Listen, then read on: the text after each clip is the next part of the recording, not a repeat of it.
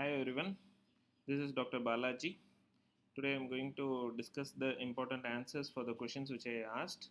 Please subscribe to our Telegram channel MeduChamp. So coming to Indradhanush, Mission Indradhanush is a government's program. It covers the seven. Rainbow has seven colors, so seven important diseases, and that's why it's Indradhanush. So it is measles, polio, pertussis, tetanus, TB, diphtheria, and hepatitis B. So the seven diseases. So at birth we give BCG, OPV, and hepatitis B. Then later on we give the diphtheria, pertussis, tetanus, DPT, along with measles. Okay, so these are the diseases which come under Indradhanush. So the Japanese encephalitis, which is given only in few areas, doesn't come under Indradhanush. Even Hib vaccine also doesn't come under Indradhanush or pneumococcal vaccine. So it is DPT, OPV, BCG, hepatitis B, and measles. Okay. Now coming to pertussis vaccination contraindication and precautions. Absolute contraindication and precautions. Absolute contraindication, we are not going to give the vaccine at all if there is any history of anaphylaxis or development of encephalopathy within 7 days following the previous DPT vaccine. It's an absolute contraindication. So if there was a history of anaphylaxis, the entire DPT we are not going to give. If there is a history of development of encephalopathy, then pertussis component alone we are not going to give. But there are conditions called precautions where it's not a contraindication, but we have to be careful when we give the next dose. The chances of these coming again is also very less. So persistent inconsolable crying for more than 3 hours duration, hyperpyrexia of more than 40.5 degrees Celsius, and hypotonic hyporesponsive episodes within 48 hours of vaccination, or seizures with or without fever within 72 hours. These are all precautions. We need not stop giving the vaccine at all. But anaphylaxis, we are not going to give DPT at all. Encephalopathy within 7 days, the pertussis component we are going to avoid. Coming to rabies vaccine, uh, we have three categories. Based on the category only, we are going to give the vaccine and immunoglobulin.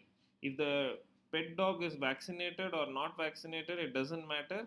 Based on the category only, we are going to give whether vaccine or no vaccine or add immunoglobulin. So the category 1, which is just licking of the intact skin, just touching or feeding, it's a type of exposure is none. So we need not give any post-exposure prophylaxis for category 1. Category 2 is minor abrasions, minor scratches, and nibbling. So it's minor. So here just wound management, which is washing for 15 minutes with soap and water, and anti-rabies vaccine. That's all. No need to give immunoglobulin. Category 3, where it is a transdermal bite, blood oozes out, or contamination of the mucous membrane with saliva, which is licking of the mucous membrane.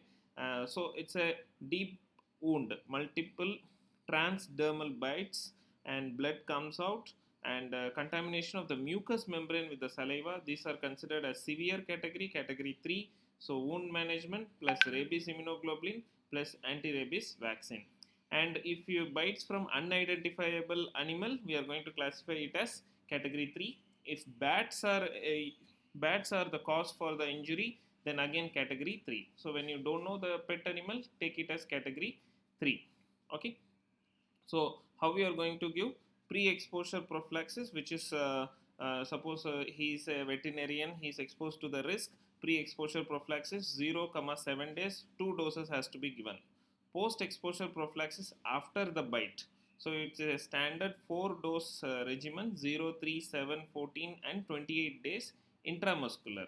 In government setup, they give the intradermal, so which is a 3 dose schedule, 0, 3, 7 days intradermal, and it is given at two different sites. So intradermal, each time you have to give intradermally at two different sites in a schedule of 0, 3, 7.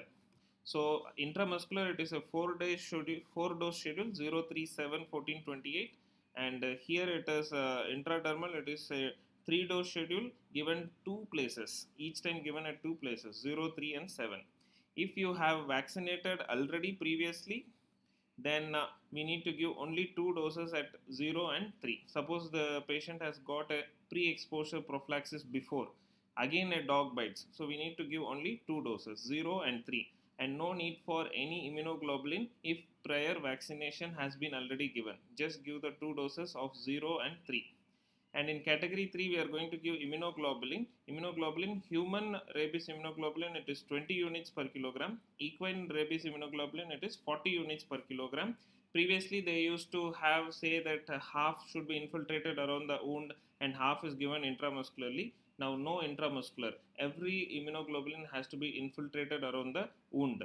And all vaccines rabies vaccine especially should not be given gluteal region, because the take of the vaccine is very poorly immunogenic because of the gluteal pad of fat.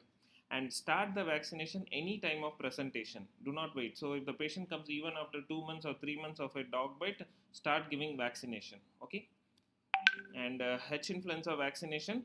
H influenza B is a conjugate polysaccharide vaccine, and since it is a conjugate vaccine, it can be given less than 2 years. Just a plain polysaccharide vaccine can be given only after 2 years. Conjugate polysaccharide vaccine can be given less than 2 years. So HIB, pneumococcal, they are all conjugate polysaccharide vaccine can be given less than 2 years. And H influenza, it is a threat only less than 5 years. So catch-up vaccination only up to 5 years of age. After 5 years, you need not give H influenza B vaccination. And the schedule is 3-dose schedule. If you give it at 6, 10, 14 weeks, and a booster around 12 to 8 months. If you come after 6 months, you give a 2-dose schedule followed by a booster around 12 to 8 months. If you are coming after 1 year, H influenza is given 1 dose after 1 year followed by a booster around 1.5 years. It protects against mainly the capsulated Haemophilus influenza strains, and give the vaccine 2 weeks prior to splenectomy. Okay. And human papilloma virus vaccine, you have different types. Bivalent, which covers 16 and 18 strain. Quadrivalent, 16, 18, 6 and 11. So the 16 and 18 is the main strain responsible for cervical cancer. Quadrivalent, the 6 and 11 also protects from the anogenital warts. So remember, the cervical cancer causing strain is the teenage years 16 and 18. Remember that mnemonic. Okay, 16 and 18, teenagers age 16 and 18. 6 and 11 are only anogenital warts. And the nonovalent is the 9 strains. So in addition to this 16, 18, 6, 11, you have 30 strain, another 5 more strains are added. The minimum age for HPV vaccine is 9 years. Less than 15 years, 2 doses, 0 and 6 months are given. More than 15 years, we have to give HPV 3 doses. Give the vaccine before they become sexually active. No point in giving after they become sexually active, because they would have already acquired the virus, and once they acquire the virus, the vaccine is not going to help. Okay.